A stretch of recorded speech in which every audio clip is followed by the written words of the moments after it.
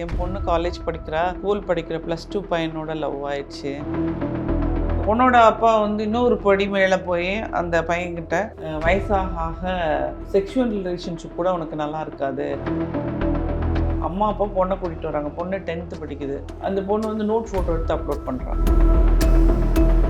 This is my body. அவங்களுக்கு என்ன பிரச்சனை? அம்மா வந்து வெரி கூல், என்னவோ நடக்கட்டும். அவங்க எடுத்த டெசிஷன் தான் நான் கரெக்டுன்னு சொல்லுவேன். தொட்டாலே என்னமோ குழந்தை பிறந்துருங்கிற அளவுக்கு வந்து அன்னைக்கு எங்களோட நாலேஜ் அவ்வளோதான் இருந்தது. ஸோ இந்த குழந்தைங்க எதை நோக்கி போகிறாங்க, தனி மனித உரிமை தனி மனித உரிமைன்னு. The advanced industrial landscape of Tamil Nadu, top 10 automobile hubs in the world. We are global leaders in each sector.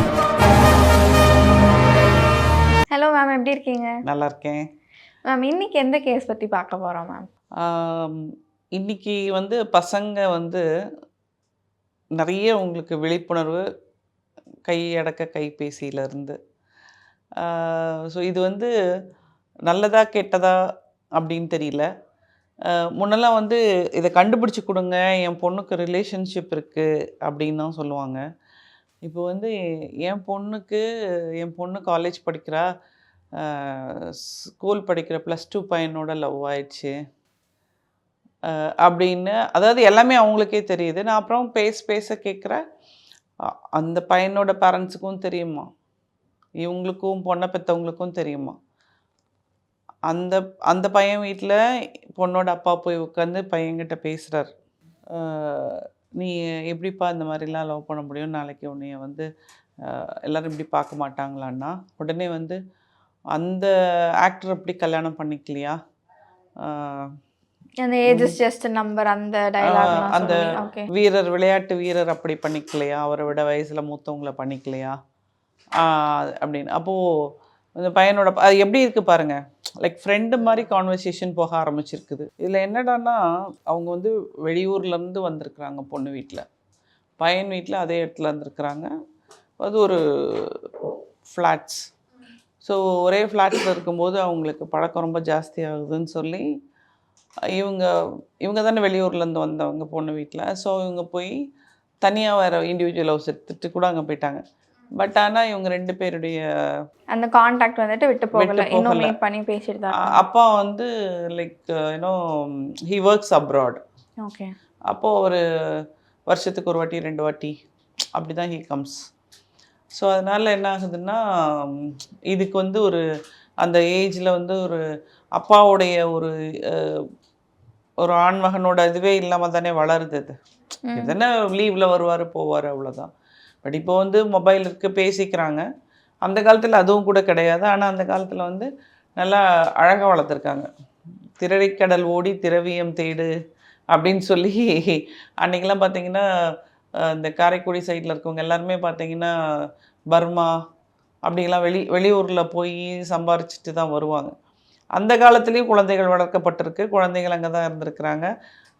அப்பாவை பற்றி அம்மா சொல்லி அங்கே வந்து பாட்டி தாத்தா எல்லாருமே இருப்பாங்க. ஒரு கூட்டு குடும்பமாக இருக்கும்போது அங்கே வந்து தாத்தா இருக்கிறாரு, மாமா இருக்காங்க, சித்தி சித்தப்பா. ஸோ இந்த மாதிரி உறவுகள்லாம் இருக்கும்போது இந்த பிரச்சனைகள் இருந்ததில்லை.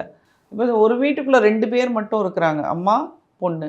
அப்போ என்ன ஆகும், அந்த அவங்களுக்கு வேறு பேசுகிறதுக்கு யாருமே கிடையாது. எல்லா விஷயத்தையும் வந்து அம்மாக்கிட்டேயும் பொண்ணு பகிர்ந்துக்க முடியாது. இப்போல்லாம் ஃப்ரெண்ட்லியாக இருக்காங்கன்னு தான் சொல்கிறாங்க. பட் என்னென்னா, அந்த அளவுக்கு வந்து அவங்க வேறு ஒரு துணை, ஒரு பேச்சு துணையாக ஆரம்பித்து அது நட்பாக மலர்ந்துடுது. ஸோ அதுக்கு வந்து அந்த குழந்தைங்க ரொம்ப அழகாகவே பேசுகிறாங்க இப்போல்லாம். இப்போது பொண்ணோட அப்பா வந்து இன்னொரு படி மேலே போய் அந்த பையன்கிட்ட, நீ சின்ன பையன், அவள் பெரிய பொண்ணு, வயசாக ஆக ஏஜ் டிஃப்ரென்ஸ் உங்களுக்கு நல்லா தெரியும், அப்போது வந்து உங்களுக்கு வந்து செக்ஷுவல் ரிலேஷன்ஷிப் கூட உனக்கு நல்லா இருக்காது அப்படிங்கிற அளவுக்கு அவங்க அப்பா போய் பேசியிருக்கிறார். அப்பயும் கொஞ்சம் ஓப்பனாகவே அவர் பேசியிருக்காரு. ஏன்னா அவங்க பேசுகிறாங்க, அதை விட ஓப்பனாக பேசுகிறாங்க. ஓ, ஓகே. இப்போ வந்து பசங்க வந்து, எனக்கு ஒரு சைக்காலஜிஸ்ட்டு தெரியும், நான் ஒரு சில கேசஸ் அவங்களுக்கு ரெஃபர் பண்ணுவேன். அவங்க அன்றைக்கி என்கிட்ட பேசிகிட்டு இருக்கும்போது சொல்கிறாங்க, மேடம் இவங்க பசங்க என்ன கேட்குதுன்னு தெரில, நம்மலாம் தப்பிச்சிட்டோம், நம்ம பிள்ளைங்கள வந்து வளர்த்து எப்படியோ கொண்டுட்டோம், என்ன கேஸ் அப்படி டீல் பண்ணீங்க, என்ன எவ்வளோ ஒரு பதட்டமாக சொல்கிறீங்க அப்படின்னு. ஆமாம், ஐயோ நான் கடவுளுக்கு நன்றி சொல்லணுங்கிற அளவுக்கு. என்னங்க கேஸ் அப்படின்னா, அம்மா அப்பா பொண்ணை கூட்டிகிட்டு வராங்க, பொண்ணு 10th படிக்குது. கம்ப்ளைண்ட் என்னென்னா, அந்த பொண்ணு வந்து நோட் ஃபோட்டோ எடுத்து அப்லோட் பண்ணுறா. ஓகே. அது ஏன் யாருக்கு? அவங்க ஃப்ரெண்ட்ஸ், பாய் ஃப்ரெண்டுக்கு. அப்போது அது தப்பு அப்படின்னு சொல்லி அம்மா அப்பா சொன்னால் அவள் she is not ready to listen. அப்போது அவள் என்ன பண்ணுறான்னா, உடனே இவங்க என்ன பண்ணுறாங்க, சரி கவுன்சிலிங் கூப்பிட்டு போகலான்னு இவங்ககிட்ட கூப்பிட்டு வராங்க. இவங்ககிட்ட வந்து அந்த பொண்ணு அவளுக்கு எப்படி கவுன்சிலிங் கொடுக்குறதே எனக்கு தெரில, அந்த அளவுக்கு அவள் பேசுகிறா அப்படின்றாங்க. அதாவது நீ திஸ் இஸ் மை பாடி, அவங்களுக்கு என்ன பிரச்சனை இன்னைக்கு அந்த சொன்ன விஷயம் கரெக்ட், பட் செய்யற விஷயம் வந்துட்டு தப்பு. தப்பு. அதை வந்து அவங்க புரிஞ்சுக்கிறதுக்கும் தயாராக இல்லை. இன்றைக்கி வந்து ஒரு மாதிரி வித்தியாசமான கோணங்களில் யோசிக்க ஆரம்பிக்கிறாங்க, வித்தியாசமான கோணங்களில் பேசுகிறாங்க. அதாவது தனி மனித உரிமைங்கிறாங்க. நான் கேட்குறேன், இப்போ வந்து இந்த பொண்ணு படிச்சுட்டு வேலைக்கு போகுது, தனி மனித உரிமை ஓகே, நீ போய் ஒரு ஆஃபீஸில் வேலை பார்க்குற, நீங்கள் இப்போ உங்கள் ஆஃபீஸுக்குள்ளே வரணுன்னா உங்களுக்கு ஒரு சில ரூல்ஸ் அண்ட் ரெகுலேஷன்ஸ் இருக்கா இல்லையா? இருக்கு. You have to follow. இல்லைன்னா என்ன பண்ணுவாங்க? வேலையை விட்டு தூக்குவாங்க. இப்போ குடும்பமும் ஒரு இன்ஸ்டியூஷன், இதுவும் ஒரு இன்ஸ்டியூஷன். இப்போ குடும்பத்துலேயும் அந்த ரூல்ஸ் அண்ட் ரெகுலேஷன்ஸ் இருக்கணுமா வேண்டாமா? அப்போ தானே ஒரு நல்ல பிரஜையாக வந்து நம்ம நாட்டுக்கு நம்ம வருவோம். ஸோ இந்த குழந்தைங்க எதை நோக்கி போகிறாங்க, தனி மனித உரிமைன்னு என்ன சொல்ல வர்றாங்க, இது எல்லாமே ஒரு ஒரு கேள்விக்குறியாக மாறிடுச்சு. பசங்க வந்து இஷ்டத்துக்கு ஏதாவது பண்ணிவிட்டு it's my right, it's my own, இது என்னோட இதில் நீங்கள் இன்டர்ஃபியர் ஆகாதீங்க, அந்த அளவுக்கு வந்து பிள்ளைங்க பேச ஆரம்பிச்சிட்டாங்க. ஸோ இதற்கான ஒரு புரிதல் வந்து எங்கேருந்து வரணும்னா வீட்டிலேருந்து வரணும். இன்னொன்று வந்து it has to come from the institution. அப்போல்லாம் வந்து இந்த மாரல் சயின்ஸ்னு ஒரு கிளாஸ் இருக்கும். அதில் வந்து நன்னறி கதைகள் சொல்லி அந்த கதைகள் மூலமாக கடைசி அந்த கதை முடியும் போது அதனுடைய சாராம்சத்தை எடுத்து, நீ இப்படி செஞ்சனா உனக்கு இந்த பிரச்சனை வரும், நீ வந்து ஒரு நல்லவனாக இருக்கணும் அப்படின்னு அந்த கதையோட மாரலை கொண்டாந்து முடிப்பாங்க. இன்றைக்கி அந்த கிளாஸே இல்லை. அது வந்து ஒரு என்ன சொல்கிறது, வேஸ்ட் கிளாஸ்ன்னு சொல்லி அந்த கிளாஸையே தூக்கிட்டாங்க. எங்களுக்கு மாரல் சயின்ஸ் கிளாஸ்னால் ஜாலியாக இருக்கும், ஏன்னா படிக்க வேண்டாம்ல, கதை தானே கேட்க போகிறோம். பட் அப்போ அந்த காலத்தில் அதுக்கும் ஒரு எக்ஸாம் உண்டு. So we have to write, அதுலேயும் பாஸ் ஆகணும். ஸோ அதெல்லாம் இன்றைக்கி இல்லை. என்விரான்மெண்ட் பற்றி ஒரு புரிதலே இல்லாமல் இருந்தது. I am in Exnora international, நான் செனட்டராக இருக்கேன். அப்போ நான் என்ன பண்ணுவேன்னாக்க, நிறைய வந்து பேசிகிட்டே இருப்பேன். இந்த மாதிரி நீங்கள் ஏன் குப்பையை எப்படி போடுறீங்க, அதை பண்ணுறீங்க, இதை பண்ணுறீங்க அப்படின்னு சொல்லும்போது நான் சொல்லுவேன், it has to come from the childhood. ஒரு குழந்தைக்கு வந்து படிக்கும்போது இருந்தே சொல்லணும்னு சொல்லுவேன். அப்போது வந்து there was not a lesson about environment. அந்த ஒரு கொஞ்சம் நாங்கள் ஒரு ஸ்கூலாக போய் நாங்களாக கேட்டு பேசுவோம். அப்போ அவங்க வந்து எங்களுக்கு மரியாதை கொடுக்கல. கவர்மெண்ட் brought a ரூல், நீங்கள் இதெல்லாம் குழந்தைங்களுக்கு ஒரு போர்ஷனாக வைக்கணும், இதில் ஒரு எக்ஸாம் கண்டக்ட் பண்ணணும்னு, இந்த இயர் ரெண்டு நீங்கள் பண்ணணும்னு சொல்லிட்டு எனக்கு எந்த வருஷன்றது எனக்கு மறந்துருச்சு. அப்போ எனக்கு கால் பண்ணுறாங்க, மேடம் நீங்கள் வந்து கொஞ்சம் கிளாஸ் எடுங்க பசங்களுக்கு. நானாக கேட்டேன், நீங்கள் வேணான்ட்டீங்க, இப்போ நீங்கள் கூப்பிட்றீங்க, நான் எடுக்கக்கூடிய நிலைமையில இல்லை. You ask you teachers to take class. So அதாவது இவங்க வந்து எதெல்லாம் வேண்டான்னு வந்து போர்ஷன்லேருந்து எடுத்துகிட்டு வெறும் எக்ஸாம் ஓரியன்ட், உன்னுடைய கரியர் ஓரியன்டாகவே நம்ம வந்து பிள்ளைகளை வளர்த்துட்டு வரும்போது தான் இந்த பிரச்சனைகள் வருது.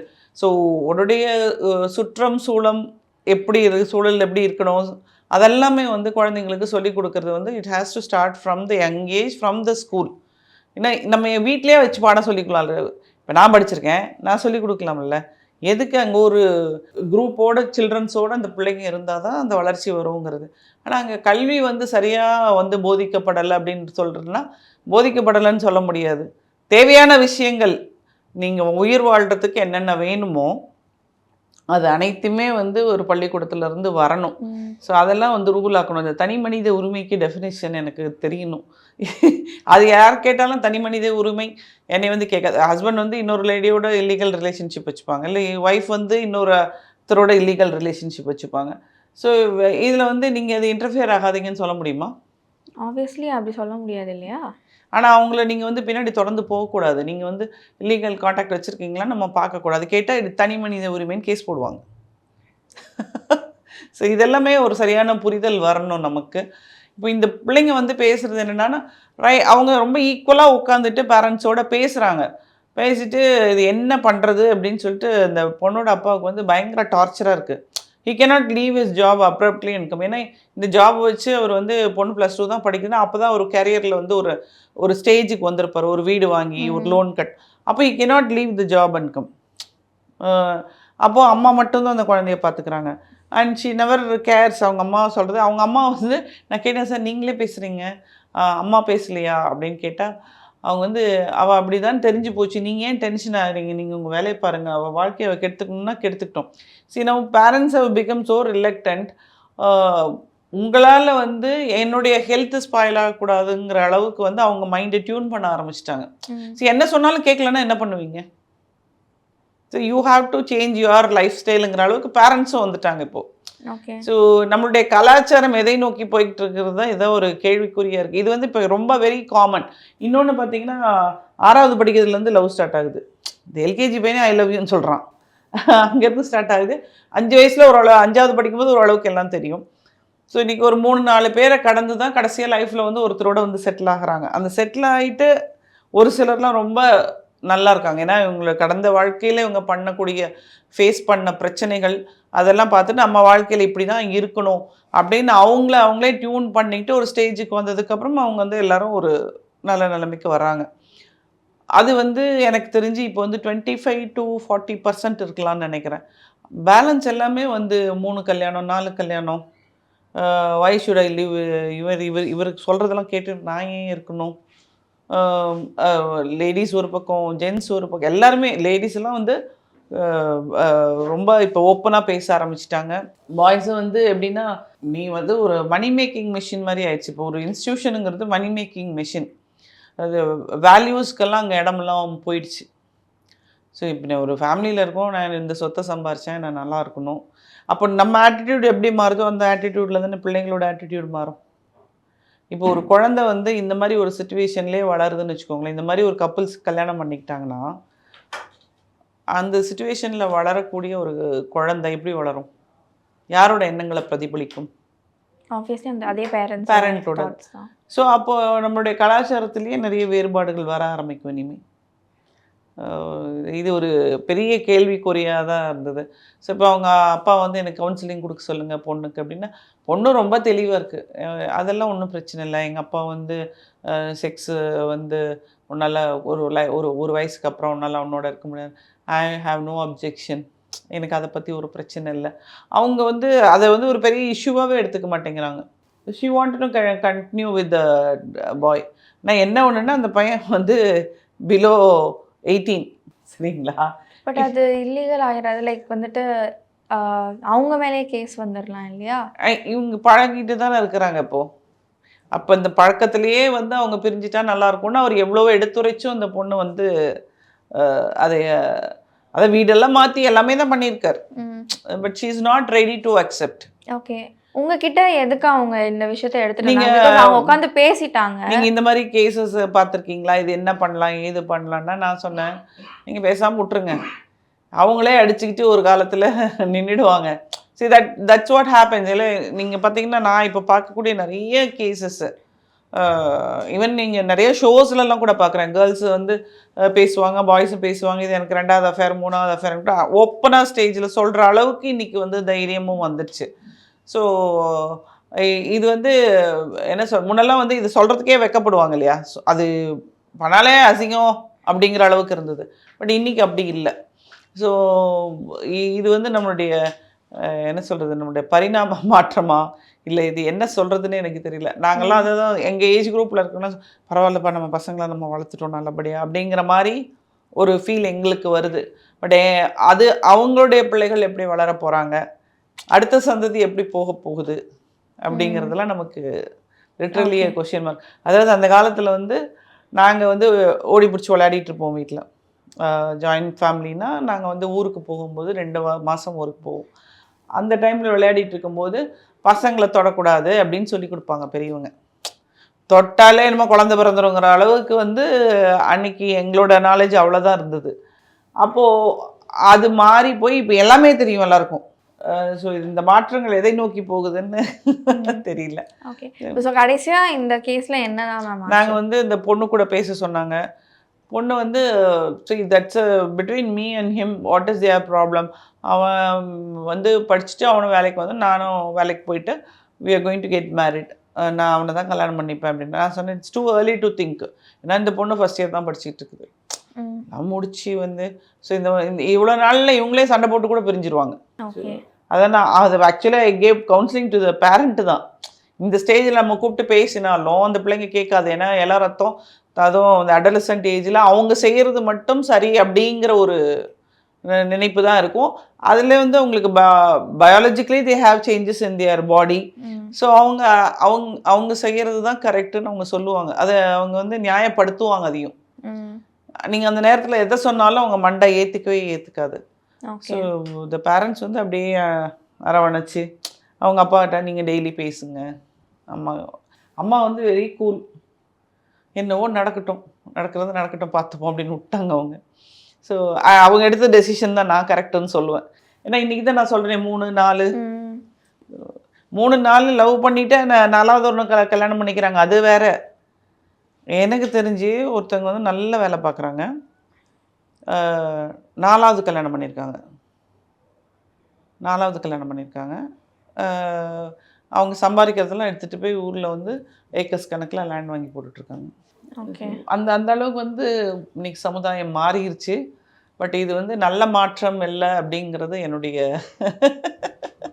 கருத்து. ஏன்னா நம்மளுடைய கலாச்சாரமே சீரழிஞ்சிரும். Thank you so much for sharing ma'am. The advanced industrial landscape of Tamil Nadu, top 10 automobile hubs in the world. We are global leaders in each sector.